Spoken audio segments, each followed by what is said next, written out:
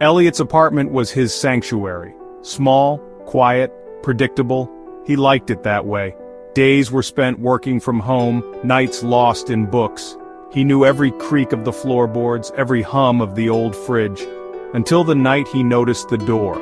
It was at the end of the hallway, painted over like the rest of the wall. He could have sworn it wasn't there before. No hinges, no handle, just a smooth surface. Curiosity piqued. He pressed his ear against the cold paint. Silence. Just my imagination, he muttered, heading back to his book. That night, sleep wouldn't come. The image of the door lingered in his mind. An unsettling feeling crawled under his skin.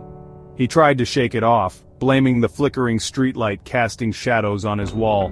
He glanced at the clock, 11:58 p.m. Almost time for bed. At the stroke of midnight, 3 distinct knocks echoed from the hallway. Slow, deliberate, heavy. Elliot sat bolt upright in bed, heart pounding. He listened intently, every sense on high alert. Silence. He told himself it was the pipes, the building settling, but deep down a chill ran down his spine. He couldn't shake the feeling that the knocks came from the sealed door, the door that shouldn't exist. He lay awake for hours, fear twisting in his gut. Sleep, when it finally came, was riddled with unsettling dreams, dark hallways, muffled whispers, and the relentless rhythm of 3 slow knocks. Morning brought a wave of rationality. He convinced himself it was all in his head, the stress of work, the solitude. It was getting to him. He avoided looking at the end of the hallway, choosing to ignore what he couldn't explain.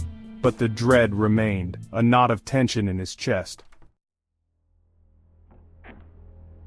The knocks returned the following night, more insistent this time, louder. He lay in bed, paralyzed with fear, as the sound seemed to reverberate through his bones. Then a new sound, faint but unmistakable. His name whispered, like a breath against the wood. Elliot shot out of bed, adrenaline pumping. He stumbled down the hallway, drawn to the source of the sound. He stood before the sealed door, his hand trembling as he reached out to touch it. The whispers stopped, the knocking stopped. Silence hung heavy in the air, broken only by the sound of his own ragged breathing. He backed away slowly, never taking his eyes off the door. His apartment, once a sanctuary, now felt like a prison. Sleep became a distant memory, replaced by a constant state of hypervigilance. Every creak, every shadow fueled his paranoia. His reflection in the mirror was a stranger, gaunt, haunted, eyes wide with fear.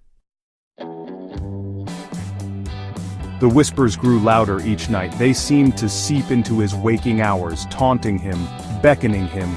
In his dreams, he saw her, a woman, pale and ethereal, trapped behind the door. She pleaded for help, her voice the same ghostly whisper that haunted his waking hours. He couldn't ignore it anymore. He had to know. Armed with a crowbar from the building's basement, he stood before the door. His hand shook so violently he could barely grip the tool. Taking a deep breath, he wedged the crowbar under the paint and pulled. The door swung open silently, revealing not a brick wall, but an endless hallway lined with identical doors.